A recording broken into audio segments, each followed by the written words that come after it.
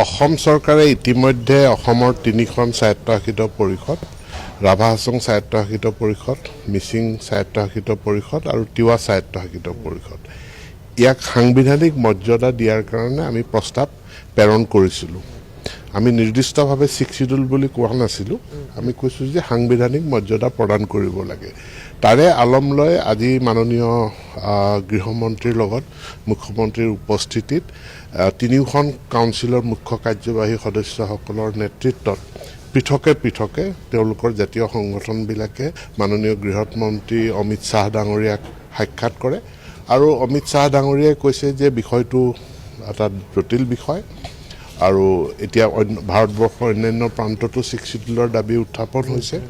গতিকে সকলো ষ্টেক হোল্ডাৰৰ লগত আলোচনা কৰিব লাগিব আৰু আলোচনা কৰাৰ কাৰণে খুব সোনকালে গৃহ মন্ত্ৰালয়ে ইণ্টাৰলকিউটৰ শব্দটো হৈছে ইণ্টাৰলকিউটৰ এপইণ্ট কৰিব, যি ইণ্টাৰলকিউটৰে সকলো ষ্টেক হোল্ডাৰৰ লগত তেওঁলোকে আলোচনা কৰি ইয়াক কেনেধৰণে সাংবিধানিক মৰ্যাদা দিব পৰা যায় বা ইয়াৰ সমাধানটো কেনেকৈ কৰিব পৰা যায় তাৰ ৰাস্তা মুকলি কৰিব, এই প্ৰতিশ্ৰুতি মাননীয় গৃহমন্ত্ৰী ডাঙৰীয়াই জনাইছে। মই শব্দটো ব্যৱহাৰ কৰিছোঁ অল ষ্টেক হোল্ডাৰ, সকলো পক্ষৰ লগত আলোচনা কৰিম। চাওক, 1995 চনত প্ৰথমে তিনিখন কাউন্সিল গঠন হৈছিলে, তাৰ পাছত 2005 আৰু পৰিষদ গঠন হৈছে আৰু শেহতীয়াভাৱেও কেইবাখনো পৰিষদ গঠন হৈছে।